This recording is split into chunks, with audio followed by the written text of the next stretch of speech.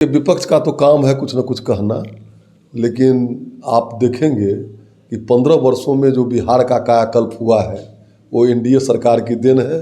माननीय नीतीश जी के नेतृत्व में ऐसा हुआ है। देखिए, शराबबंदी में थोड़ा आ गया था ढीलापन, लेकिन समीक्षा के बाद और हम लोगों ने आवाज़ उठाया तो मुख्यमंत्री जी इस पर एक्शन लिए और बड़ी कठोर कार्रवाई अब शराब माफियाओं पर शुरू हुआ है।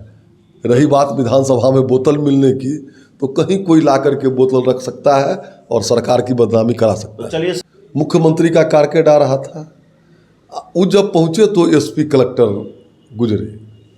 उनको लगा कि एसपी कलेक्टर के लिए मुझको रोक दिया गया है, लेकिन माफ़ी मांग लेने के बाद प्रशासन से मामला वहीं खत्म हो गया।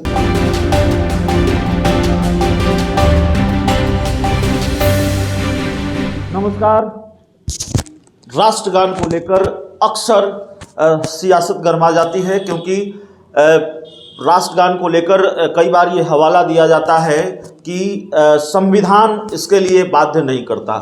बिहार विधानसभा के शीतकालीन सत्र, बिहार विधानमंडल के शीतकालीन सत्र के आखिरी दिन भी यही देखने को मिला है।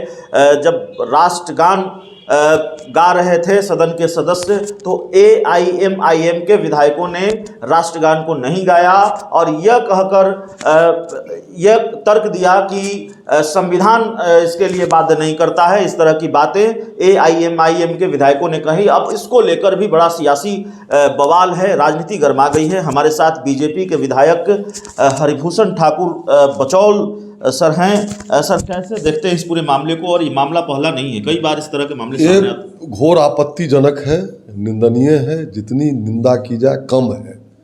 ये मानसिकता है, ये देशद्रोही मानसिकता है, ये गजवा हिंद की मानसिकता है, जिहादी मानसिकता है। खाते हैं भारत की, पीते हैं भारत की, और भारत के राष्ट्रगीत को हम नहीं गाएंगे। इसलिए ये डिसीजन राष्ट्रगीत का माननीय विधानसभा अध्यक्ष का था, और माननीय विधानसभा और विधानसभा के अध्यक्ष का अपमान है।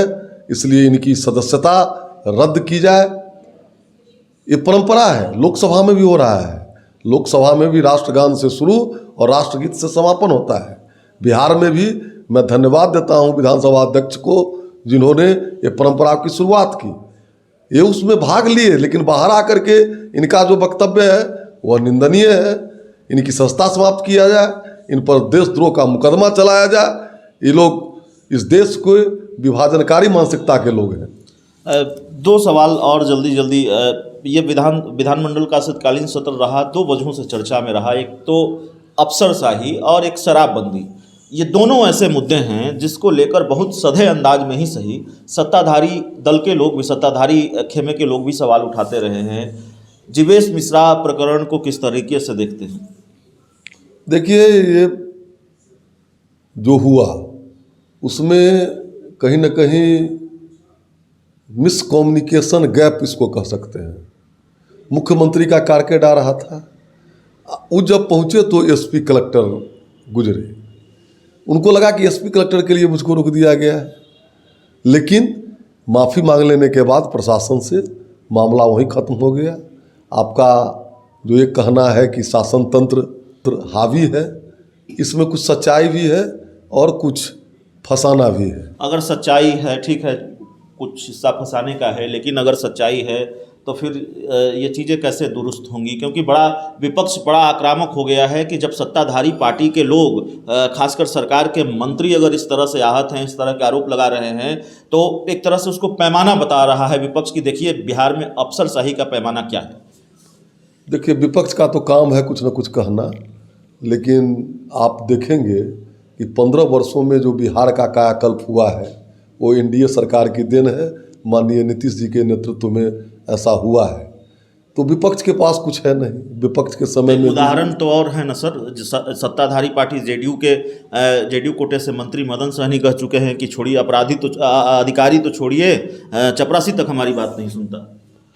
देखिए, कुछ समस्या है, लेकिन माननीय नीतीश जी को ये संज्ञान में है और इसको बहुत जल्द दूर कर लिया जाए। एक आखिरी सवाल है सर, सवाल ये है कि विधानसभा के परिसर में एक शराब की खाली बोतल मिली, उसको लेकर भी बड़ा बवाल हुआ। आपसे ये सवाल इसलिए है कि शराबबंदी को लेकर पहले से आप सवाल उठा रहे हैं। देखिए, शराबबंदी में थोड़ा आ गया था ढीलापन, लेकिन समीक्षा के बाद और हम लोगों ने आवाज़ उठाया तो मुख्यमंत्री जी इस पर एक्शन लिए और बड़ी कठोर कार्रवाई अब शराब माफियाओं पर शुरू हुआ है।